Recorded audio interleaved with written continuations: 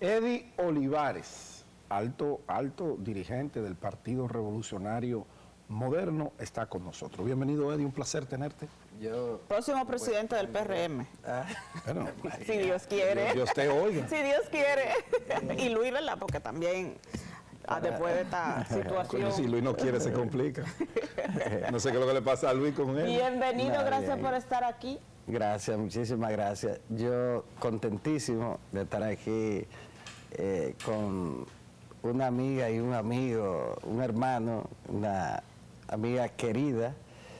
Ángel debe andar por ahí. Le mando saludos, él está libre los lunes. O sea, que santiaguero. No, y tiene una tarea con el PRD ahí que no es fácil. No, es una tarea, es una tarea difícil. Sí. Pero a él le gusta asumir desafíos. Sí. Su vida es un desafío. Su vida es un desafío. ¿Cómo van esas aspiraciones? Hemos visto algunas encuestas que lo ponen a usted en primer lugar, bastante distante de los demás. ¿Usted cree que pueda llegar a ocupar la presidencia del PRM y cuál es el recibimiento o la reciprocidad que recibe de los PRMistas en todo el país?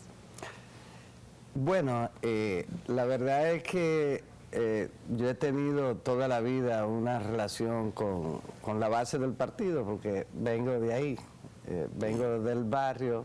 Pedro conoce los mameyes, parte de esa historia, porque venimos de ahí.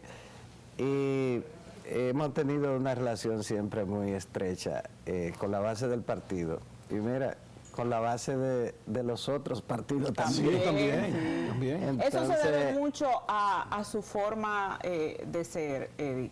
Usted no es una persona, prepotente y cae bien a todo el mundo. Contrario al actual presidente. Yo recuerdo que... Del PRM.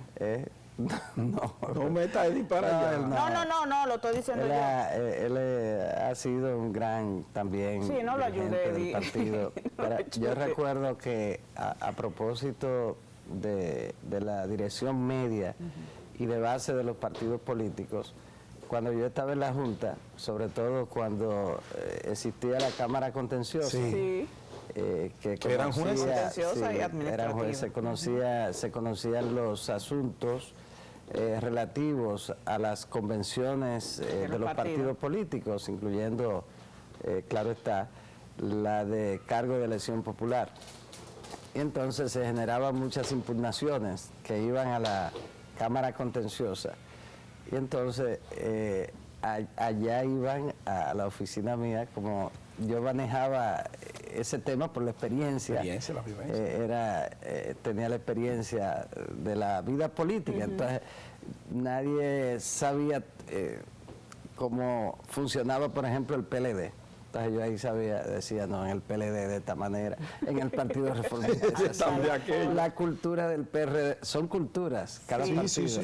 La del PRD de esta manera, todo. Pero entonces iban allá, los dirigentes medios e intermedios del PLD iban al despacho mío, entonces la gente decía, bueno, pero ¿por qué? ¿Dónde él? Y entonces ahí nosotros salvamos en la Cámara Contenciosa, que se hizo un gran trabajo, salvamos decenas de candidaturas a diputados, a regidores, a alcaldes, y fue de todos los partidos.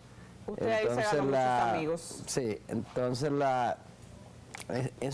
yo le he dicho a muchos amigos, empresarios y sectores de la propia sociedad civil que a veces no valoran el aporte que le hacen al país los partidos políticos, pero sobre todo a través de su dirección media y de base. Y yo le he puesto el ejemplo que ellos dicen, oye, pero yo no había pensado eso, no sabía eso. Y sobre todo los antipartidos, que cada vez son más. Son más, sí. Pero que de todas maneras los partidos nacieron así, con grupos de la sociedad siempre en contra, desde que nacieron. La crítica a los partidos ha sido así hace 200 años. Y yo le decía, miren, es que nadie contribuye a la paz social como los dirigentes medios, intermedios y de base de los partidos. Que son los que conocen el barrio. Claro, cuando una persona tiene una enfermedad, una situación en la que requiere una receta, ¿hacia dónde va quien no tiene con qué comprar la receta? Del dirigente. Donde un dirigente de base. Donde un dirigente de Para base. que ese el de base conecta con uno más alto que con el que tiene el diputado, el regidor, el alcalde. Y el otro, si es algo muy importante, conecta con la dirección del partido. Exacto. Pero si se muere una persona en el barrio y no tiene cómo sepultarlo, el dirigente. Es el dirigente que va donde el regidor, el alcalde, busca el ataúd y entonces le hacen unos servicios fúnebres dignos. Sí. Pero cuando se levanta y no hay con qué comer ese día, no es donde otro que no sea el dirigente de un partido, es donde el dirigente de un partido. Entonces, eso es lo que más contribuye con la paz social, de modo que es un trabajo que no puede realizar nadie más que no sean esos dirigentes, que la gente cree que su trabajo es solamente buscar votos. Sí, buscar votos. No, es un trabajo comunitario permanente. Y el voto no es un voto por el líder, sencillamente. No. El voto no es porque... A veces ni conocen al candidato. No. El voto es producto de la gratitud, de la lealtad con ese dirigente político, que es un dirigente comunitario. Entonces, ese voto va conducido por ese dirigente medio, intermedio y de base del partido. Aunque no me ha contestado la otra pregunta, Eddie, pero en ese mismo sentido, usted habla de las ayudas en los barrios, y es cierto, eso se produce y la gente acude donde el diputado, donde el alcalde, donde el senador, y se critica mucho y está ahora bastante en boga el tema del barrilito o de la ayuda social que reciben los senadores y diputados, que están para crear leyes, todo el mundo lo sabe, pero la gente como quiera los busca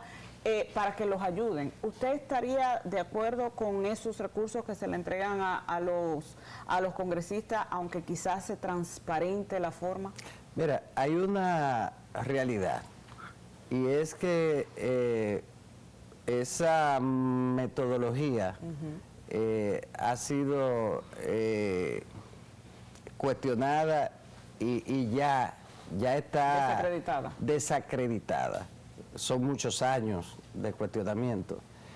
Y entonces los legisladores tienen que buscar una forma de superar esa situación. ¿Por qué? Porque les afecta esa institución que es vital para una democracia. Lo primero es que muchos de los que pretenden desacreditar profundamente al Congreso Nacional tienen que entender que el Congreso Nacional es el primer poder del Estado, o por lo menos debería serlo. Sí. Entonces, el Congreso Nacional es una columna vertebral de la democracia. Sin Congreso Nacional... Y es la representación no existe, más amplia, claro, de todos los sectores del país. No existe democracia representativa. Tú puedes criticar, mucho decir, bueno, que no debe ser bicameral, debe ser unicameral, todas esas cosas, pero no hay forma de que no exista el Congreso. Exacto. Entonces, eso de desacreditarlo por producto de decisiones de sectores que también van en contra de los partidos políticos, es un asunto pero están dentro de los partidos, muy delicado. Y tienen posiciones. También. Porque la campaña ahora, ese nivel de descrédito, lo han arraigado tres senadores del partido suyo, Eddie. Pero de adentro hacia adentro, en la guerra de guerrilla. Sí, pero en esta parte, respondiendo a la pregunta de María, ¿qué ocurre? Usted, ante esa situación, los legisladores tienen que cambiar para que las cosas... Cambiar el método. Tienen que buscar una solución porque no pueden vivir eternamente con ese cuestionamiento, independientemente del criterio que uno tenga sobre eso. Ahora bien, los legisladores aquí en los Estados Unidos, en cualquier parte del mundo, no se limitan exclusivamente a hacer leyes. Cogí mi maletín, me fui al Congreso, preparé una ley y ya pasó. No, porque esos legisladores aquí, como los Estados Unidos es el ejemplo principal, esos legisladores son representantes y como representantes tienen un vínculo con sus electores. Y sus electores no solamente comen leyes, sus electores tienen intereses en lo que tiene que ver con muchísimos temas, hasta la gestión de una beca para ese elector. Y con el que tiene el contacto no es con el ministro de Educación que se encarga del tema de la beca. El contacto más cercano, el contacto lo tienen con ese representante. El otro contacto más cercano, la institución más cercana a los ciudadanos, es el ayuntamiento, que es el que está más cerca, el que está más en el día a día. Pero el legislador, tanto el diputado como el senador, pero el legislador tienen una conexión directa. Al alcalde no se puede llegar muy fácil, pero el legislador tiene oficina. No, al alcalde es que se debería llegar. ¿Verdad? Si usted tiene un alcalde que vive en la luna, fuera de su ciudad, ese es un alcalde que no está cumpliendo lo esencial de un ayuntamiento. El alcalde tiene que ser una persona que usted se encuentre con él en la plaza, en el parque, en la ferretería, que fue a comprar a una farmacia, que está en una cancha donde hay un torneo de basquetbol, de béisbol.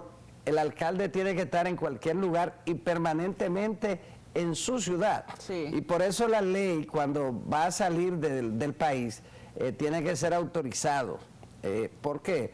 Porque tiene que estar ahí. El alcalde es el que debe estar inmediatamente cuando se produce cualquier catástrofe natural o de cualquier índole, porque es el funcionario más cercano. Más el alcalde, aunque sea una ciudad grande, no puede tener un despacho al que no llegue con facilidad un ciudadano cualquiera.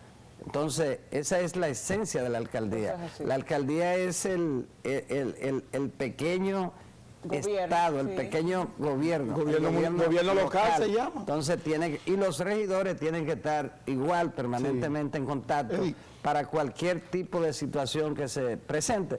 Por eso, los bomberos, por eso, pertenecen a la parte de la alcaldía. ¿Por qué? Porque hay un incendio y es el local que tiene que buscar. Entonces, eso es importante. Pero en el caso finalmente de los legisladores, deben revisar eso.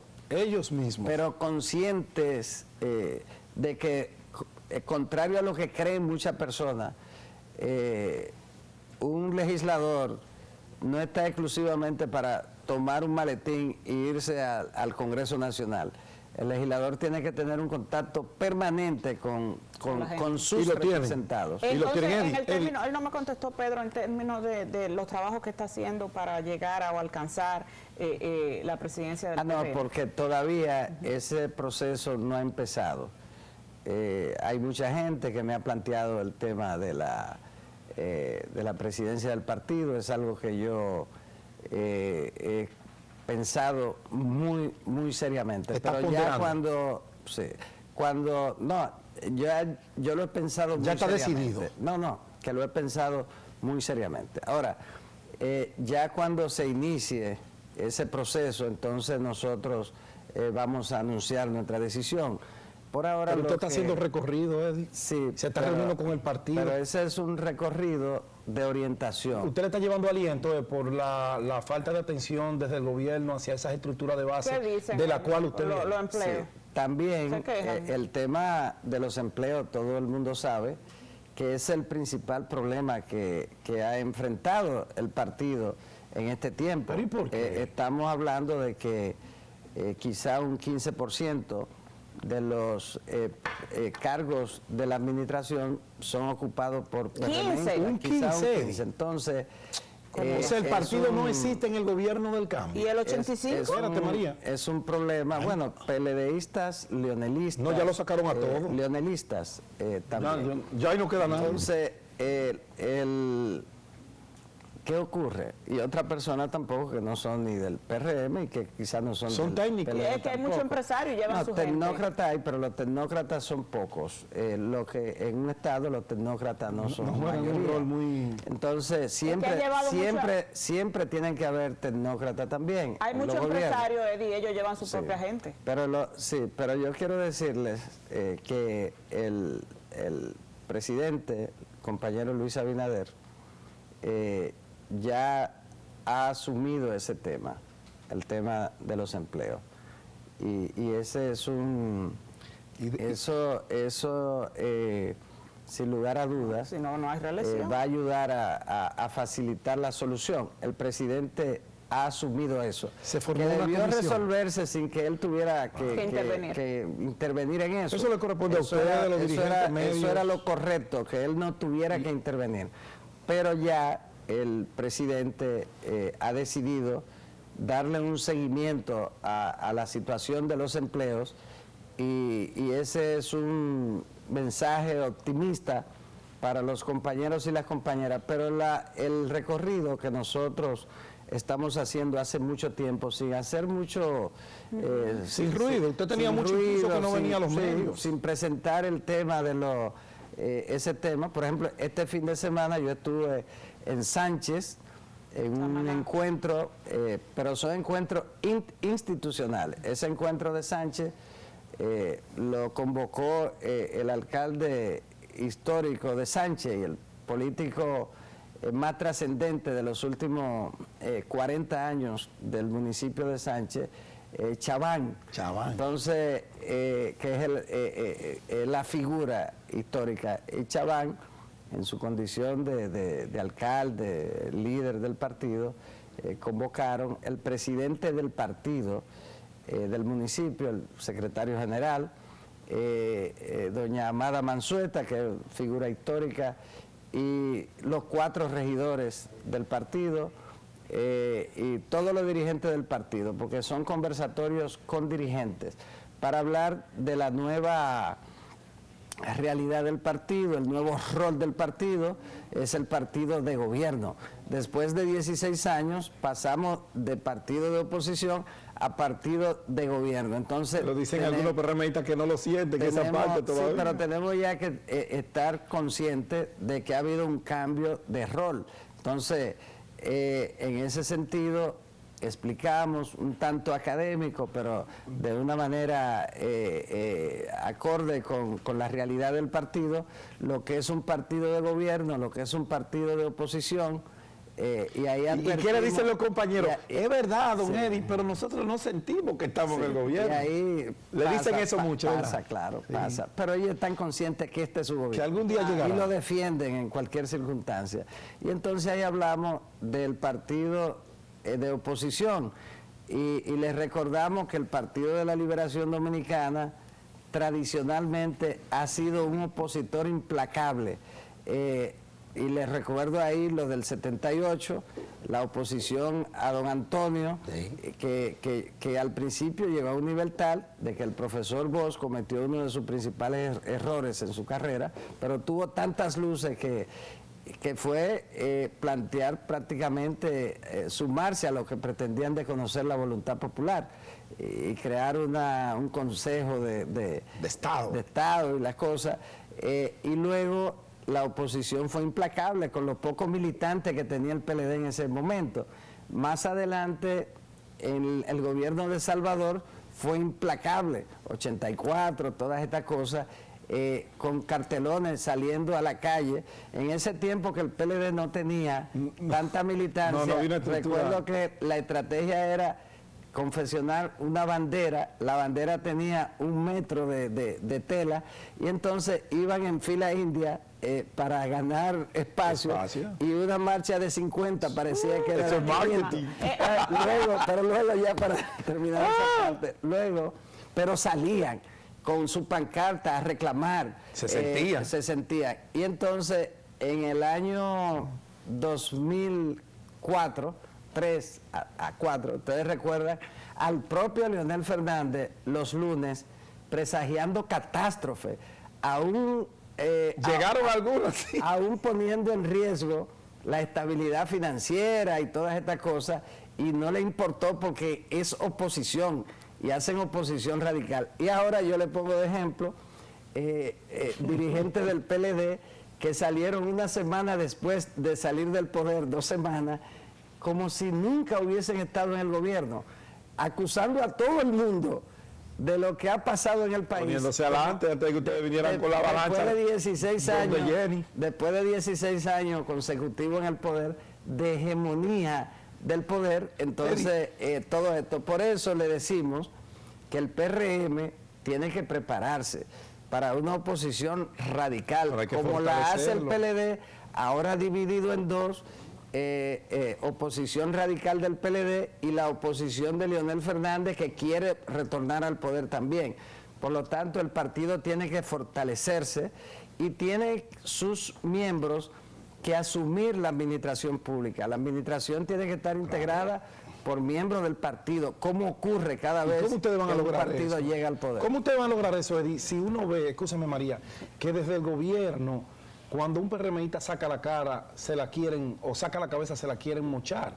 Por ejemplo, y usted me corregirá, la reunión de la Comisión Ejecutiva la semana pasada, para mí, yo puedo estar equivocado, fue para mermar las aspiraciones suyas de una posible candidatura a la presidencia y seguir manteniendo a Paliza ahí, que parece que ni el chofer de él lo quiere, según la encuesta que uno maneja. No, pero porque prohibieron todo. Hubo una confusión. Lo que se decidió fue que en el caso de los cargos de elección popular, que las primarias van a ser en el año ¿Eso en el 23? 2023, ¿En el 23? A final del 23, claro. En octubre del 23. Sí. Entonces, que se detenga la campaña, porque ya había compañeros haciendo hasta afiches. ¿Cómo?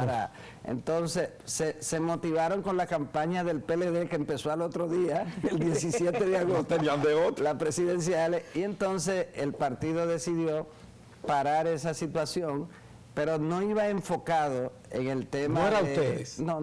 ¿Y cómo fue que se desenfocó tanto? No iba enfocado tanto en el tema de la competencia interna para la convención que se celebrará antes de junio. Del año próximo.